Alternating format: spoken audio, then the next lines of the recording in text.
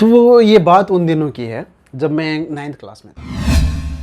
तो हम लोग 9th क्लास में थे और हम कुछ जो फ्रेंड्स का एक सर्किल होता है, हम लोग बातें करते थे कि यार कॉलेज लाइफ कितना अच्छा होता है, मतलब कॉलेज लाइफ में जाएंगे एकदम मस्ती करेंगे एकदम, मतलब होता है ना लड़कों की अलग ही एक फैंटेसी होती है ना, कि कॉलेज लाइफ में जाने के बाद में ज़िंदगी बदल जाएगी, ये वो डिस्टर्ब वगैरह वगैरह। हमारी भी केस ऐसे ही थी, है ना। 10th पास, बुरे नंबर से नहीं, अच्छे नंबर से पास। और हमारे उधर एक क्या कॉन्सेप्ट बनी थी कि अगर 80% से ऊपर है, 90% से ऊपर है, तो बिना सोचे बच्चे है ना साइंस पकड़ लेते थे, बिना सोचे। तो एक दिन मेरे अब्बू जो हैं अपने फ्रेंड के यहाँ गए। तो क्या सोचे हैं आप? सुनने में आया कि आपका जो लड़का जो है 10th पास कर लिया है।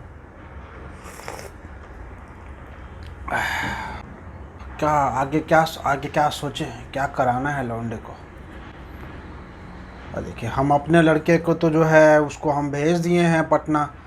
वो 12th करेगा, इंटर करेगा, उसके बाद से उसको जो है मेडिकल की तैयारी करेगा, डॉक्टर बनाएंगे उसको हम। तो देखिए, आप भी भेजिए, मतलब है ना, मतलब कि क्या करना क्या चाहता है पूछिए उससे, मतलब पूछना ज़रूरी है कि नहीं? हाँ भाई, सब सोच तो रहे हैं कि उसको भेज देते हैं। बात करते हैं हम उससे, देखते हैं कि पूछते हैं क्या करना चाहते हो तुम अब। ना, पूछना ज़रूरी है। पूरे एक हफ्ते तक मेरे अब्बू सोचते रह गए कि वो मुझसे कैसे आके बात करें कि बेटा तुम ना ऐसा करो कि तुम मेडिकल कर लो। और फिर वो एक दिन आ ही गई जब उन्होंने फाइनली मुझसे बोल दिया, पटना जाओ पढ़ाई करने के लिए, साइंस लेके इंटर कर लो, उसके बाद में हम चाहते हैं कि तुम जो है मेडिकल का तैयारी करो। तुम पहले ऐसे लड़के होगे जो पूरे ख़ानदान में डॉक्टर बनोगे। अरे ख़ानदान का छोड़ो, पूरे गांव में पहले डॉक्टर बनोगे तुम।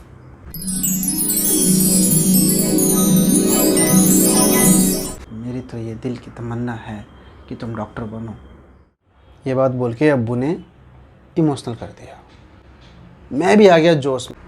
हाँ अबू, मैं डॉक्टर बनूंगा। ये सुन के पापा मेरे बहुत खुश, इतनी खुश कि उनको लगा कि मैंने तो मेडिकल ही निकाल लिया।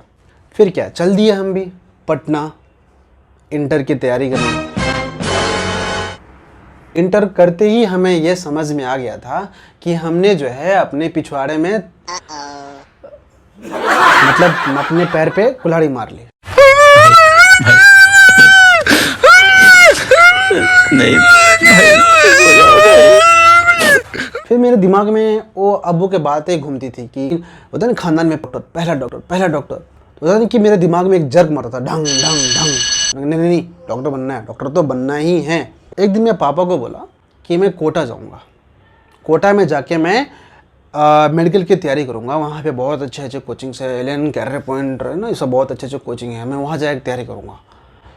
मुझे लगा कि यार पापा ये बात सुन के इतना दूर भेजने के नाम से ना वो बोलेंगे कि यार तू छोड़, तू यहीं तू कुछ कर ले, ज़रूरत नहीं इतना दूर जाने की।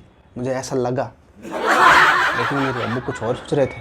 अरे हाँ बेटा, जाओ, मैंने भी सुना है कोटा में बहुत ही अच्छा मेडिकल का तैयारी होता है, तो तुम जाओ वहाँ से तैयारी करो तुम। फिर हमारी गाड़ी स्टार्ट हुई कोटा के लिए, चुक चुक चुक चुक चुक चुक चुक चुक चुक। सपनों का शहर।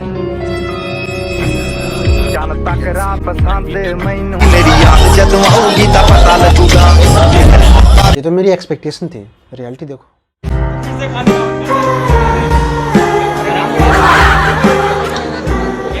कंपटीशन देख के मुझे ये लगने लग गया था कि शायद गलत कर दी मैंने। आहिस्ते आहिस्ते first attempt, second attempt, third attempt, fourth attempt, result not selected. फिर लगा कि शायद MBBS हमारी किस्मत में नहीं।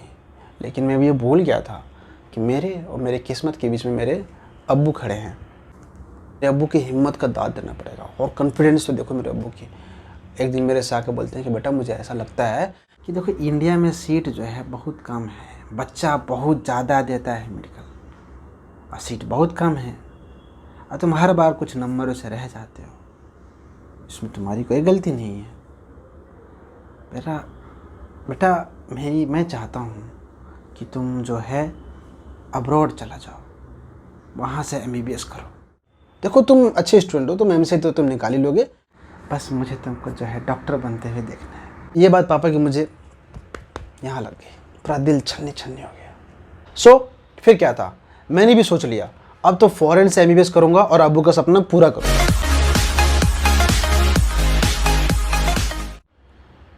बहुत सारा रिसर्च किया कि हाँ भाई कौन सा कंट्री अच्छा है, कौन सा कॉलेज अच्छा है। करते मैंने चूज़ किया यूक्रेन। मैंने रिसर्च किया था भाई, बहुत रिसर्च किया था, सच्ची मजाक नहीं कर रहा हूँ। मुझे चक्कर आने लग गया। सो यूक्रेन गया, सब कुछ सही चल रहा था, स्टडी भी सही चल रही थी, एकदम अच्छे से पढ़ाई कर रहा था और प्यार मोहब्बत के चक्कर में तुम बिल्कुल नहीं पड़ा था। नहीं, झूठ बोल रहा है। अच्छा सुनो ना, let's focus on our main story. मतलब स्टडी चल रही थी, तो फर्स्ट सेमेस्टर खत्म हुआ। सेकेंड सेमेस्टर आते आते ये लगने लग गया था कि अब तो डॉक्टर बन जाना है ना, अब तो अच्छा डॉक्टर बन जाना है। और उसके बाद पैसा ही पैसा होगा। लेकिन इन भाई साहब को दस्तक देना था।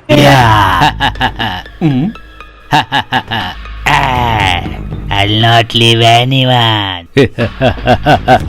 उन्होंने दस्तक दिया और पूरी दुनिया में हड़कंप मचा दी, हजारों लाखों जाने गई है ना, बहुत सारे तबाही मचा दी इन्होंने, है ना। I'll wait till the sirens come, 'cause I might have made... इन्होंने सारे के सारे एजुकेशन सिस्टम को चौपट कर दिया, पूरी की पूरी दुनिया ऑनलाइन सिस्टम पे आ गई, सारी की सारी पढ़ाई ऑनलाइन हो गई, मेडिकल की पढ़ाई ऑनलाइन हो गई। करीब 1.5 साल तक क्लास जो है ऑनलाइन ऑफलाइन चली। ऐसे बनेंगे डॉक्टर हम लोग, ऑनलाइन क्लास करके डॉक्टर बनेंगे, है ना। ऐसे अपने आप को मैंने बोलता था, अपने आप से बोलता था। मैं देखा हुआ ना कि लोग अपने आप से बातें करते, तो मैं भी बहुत अपने आप से बातें करता था। मैंने कहा ऐसे बनेंगे डॉक्टर तू, ऑनलाइन क्लास करके कैसे प्रैक्टिकल करेगा तू, ऐसे ऐसे अपने आप को बोलता था मैं। फिर अपने आप को मैं समझाता भी था, कैसे, वो ऐसे, अरे यार देख तेरे को क्या करना है, अभी तो क्या है कि मेडिकल जो है जितना तो नॉलेज गेन कर सकता है कर, थ्योरी पढ़, अच्छे से पढ़। देख तेरे प्रैक्टिकल तो 3rd ईयर के बाद होना है, अभी तो तू 1st ईयर में ही है ना। तू प्रैक्टिकल 3rd ईयर से आएगा तो तू अच्छे से प्रैक्टिकल करना, है ना। अभी तो थ्योरी पढ़ अच्छे से, पैप लीडर ले, ये ले वो ले, है ना, एकदम पढ़, थ्योरी एकदम स्ट्रॉन्ग कर। ये मैं अपने आप को ऐसे बोल के समझा लेता था, है ना।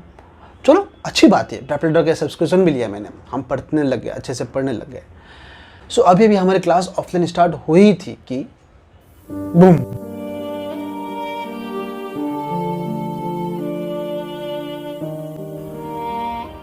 अभी 3rd ईयर में गए थे, प्रैक्टिकल क्लासेस स्टार्ट हो ही रही थी। फिर याद आया, क्या बोला था ना तूने कि तू 3rd ईयर के बाद में प्रैक्टिकल क्लासेस करेगा, हाँ अभी तो तू थ्योरी कर ले। अब तो क्या, अब तो 3rd ईयर में तुम्हारा ये वार हो गया, अब क्या करोगे। अपने आप को बोला मैंने ये बात को। फिर मैंने अपने आप को फिर से एक और बात बोली कि देख भाई, देख अभी भी तेरे पास टाइम है, तू थ्योरी ले, तो थ्योरी पढ़, तू इंडिया आया है ना, तो थ्योरी पढ़, अच्छे से पढ़ाई कर, है ना, सब्सक्रिप्शन ले, प्रैक्टिकल के ले, जो भी लेना है ले, पढ़। देख रियल डॉक्टर तो तू इंटर्नशिप में बनेगा, इंटर्नशिप में तेरा जो है ना, जो प्रैक्टिकल जो होंगे ना, तो प्रैक्टिस जो तू करेगा ना, उसमें तू ना निखर के आएगा, ऐसे निखर के आएगा तू। तो अभी तो तू नॉलेज गेन कर, तू थ्योरी पढ़, प्रैक्टिकल तेरा हो जाना है ना। पूरा का पूरा जो इंटर्नशिप हम करेंगे ना, मजा मस्त करेंगे। अब तो घर बैठे बैठे ये सोचने लग गया हूँ, कोई अभी बस छोड़ो कुछ और ही कर लेता हूँ। फिर वो अब्बू की बात याद आती है, पूरे खानदान में पहला डॉक्टर। हेलो गाइस, मुझे नहीं पता कि आपने इस वीडियो को किस एंगल से लिया, कॉमेडी एंगल से लिया या फिर पता नहीं किस एंगल से लिया। इस वीडियो में जो मैंने स्टूडेंट दिखाया है थोड़ा मनचला है, लेकिन अपने फादर के सपने को पूरा करने के लिए भी वो लगा हुआ है। इस वीडियो में आपने देखा कि बच्चा जो है हर स्टेप पे थोड़ा हिम्मत हार रहा था कि यार मेरे से तो नहीं होगा यार, कर रहा हूँ लेकिन हो नहीं रहा है, फेल हो जा रहा हूँ, अटैम्प्ट ले रहा हूँ लेकिन फेल हो जा रहा हूँ। लेकिन उस फादर की हिम्मत का दाद देना पड़ेगा आपको, जिन्होंने अपने बच्चों को इतनी हिम्मत दी, इतना ड्रॉप लेने पर भी हिम्मत दिया, इंडिया में नहीं हुआ उस पर भी हिम्मत दिया, बेटा तुम अब्रॉड चले जाओ उस पर भी हिम्मत दिया। अभी भी वो हिम्मत दे रहे हैं, क्यों? उनका एक सपना है कि मेरा बच्चा जो है डॉक्टर बने। तो ऐसा सिर्फ एक फादर का नहीं है, ऐसा 20,000 जो स्टूडेंट आए हैं उनमें से लगभग सारे बच्चों के पेरेंट्स का ये एक सपना है कि उनका जो बच्चा जो है डॉक्टर बन जाए। यूक्रेन की हालात किसी से छुपी नहीं है। हम लोग यहाँ हिंदुस्तान में, इंडिया में, अपने अपने देश में हम लोग वापस आ चुके हैं और अब इंतज़ार कर रहे हैं आगे क्या होगा हमारे साथ। भाई हम लोग जो अब्रॉड गए हैं MBBS करने के लिए अपनी बहुत खुश होते हुए नहीं गए हैं। लगभग कुछ ही बच्चे होते हैं जो कि हाँ ठीक है भाई अब्रॉड से, उनकी एक फैंटेसी होती है कि अब्रॉड से MBBS करेंगे। लेकिन बहुत सारे बच्चे जो है मजबूरी में जाना पड़ता है उनकी कि अब्रॉड में MBBS करना, क्योंकि उनका सपना रहता है। तो यहाँ बहुत स्ट्रगल करने के बाद भी कुछ नहीं हो पाता है। चलो हम यहाँ से नहीं तो कम से कम अब्रॉड से ही MBBS कर लें। इसका मतलब ये नहीं कि वो इंडिया में एलिजिबल नहीं थे MBBS करने के लिए। और ऐसे ही रहता तो जितने बच्चे एक साल में गवर्नमेंट मेडिकल कॉलेज में जाते हैं उससे डबल ट्रिपल बच्चे जो हैं प्राइवेट कॉलेज में जाते हैं। और उस डबल ट्रिपल बच्चे में कम से कम 50% बच्चे ऐसे होते हैं जो कि 250 से नंबर से भी कम होता है। मैनेजमेंट कोटा, प्राइवेट डोनेशंस दे के जाते हैं। अगर कोई बोल रहा है कि भाई तुम लोग एलिजिबल नहीं थे इसलिए तुम लोग अब्रॉड चले गए, तो फिर प्राइवेट में करने वाले बच्चे भी फिर एलिजिबल नहीं बोल सकते हैं आप उसको। इतने पैसे करोगे कि एक मिडिल क्लास फैमिली अपने बच्चे का सपना, अपना सपना कैसे पूरा कर सके कि हाँ भाई मुझे मेरे बच्चे को जो डॉक्टर बनते हुए देखना है। एक मिडिल क्लास फैमिली ये सपना नहीं देख सकता है। अगर इतनी फीस जो है हमारे हिंदुस्तान में रहेगी तो 1-1 करोड़ लगती है, 80 लाख 90 लाख रुपए लगती हैं एक प्राइवेट मेडिकल कॉलेज में पढ़ने में, उससे भी ज़्यादा लगती हैं। एक मिडिल क्लास फैमिली उतना पैसा कहाँ से लाएगा? सब कोई जीनियस नहीं होते यार, सब कोई जीनियस बॉर्न नहीं होते हैं यार। सब कोई एक ही बार में मेडिकल नहीं निकलता, सब कोई 2-3 बार मेडिकल नहीं निकलता यार। यहाँ पे ना मैक्सिमम लोग यही सोचने लग गए हैं कि भाई इसका नीट सिलेक्शन नहीं हुआ मतलब ये डॉक्टर बनने के लायक ही नहीं है। एक एग्जाम लेके ये क्राइटेरिया सेट कर दिया कि ये बंदा जो है डॉक्टर नहीं बन सकता है। अगर यही क्राइटेरिया सेट रखनी है तो यहाँ के प्राइवेट कॉलेज क्यों खोले हैं फिर भाई? क्यों प्राइवेट कॉलेज में एडमिशन होता है? अच्छा, क्या गवर्नमेंट कॉलेज में मैनेजमेंट कोटा में एडमिशन नहीं होती है बच्चों की? क्यों करा रहे हो फिर? मैं ये उन लोगों को बोल रहा हूँ जो ये सोचते हैं कि भाई अब्रॉड से MBBS कर रहे हो मतलब एलिजिबल नहीं थे इसलिए अब्रॉड से MBBS कर रहे हो। अच्छा थोड़ा सोच के देखना, थोड़ा लॉजिकली सोचना थोड़ा सा।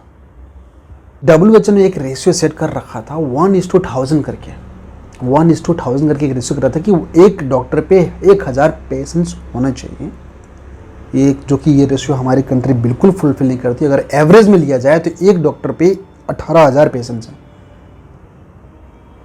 अगर हमारी गवर्नमेंट 1:1000 रेशियो पे काम करना स्टार्ट कर देना, बिलीव मी एक सिंगल बच्चा भी अब्रॉड नहीं जाएगा। बस एक ही निवेदन है गवर्नमेंट से, थोड़ा सा इस सिस्टम पे ध्यान दीजिए।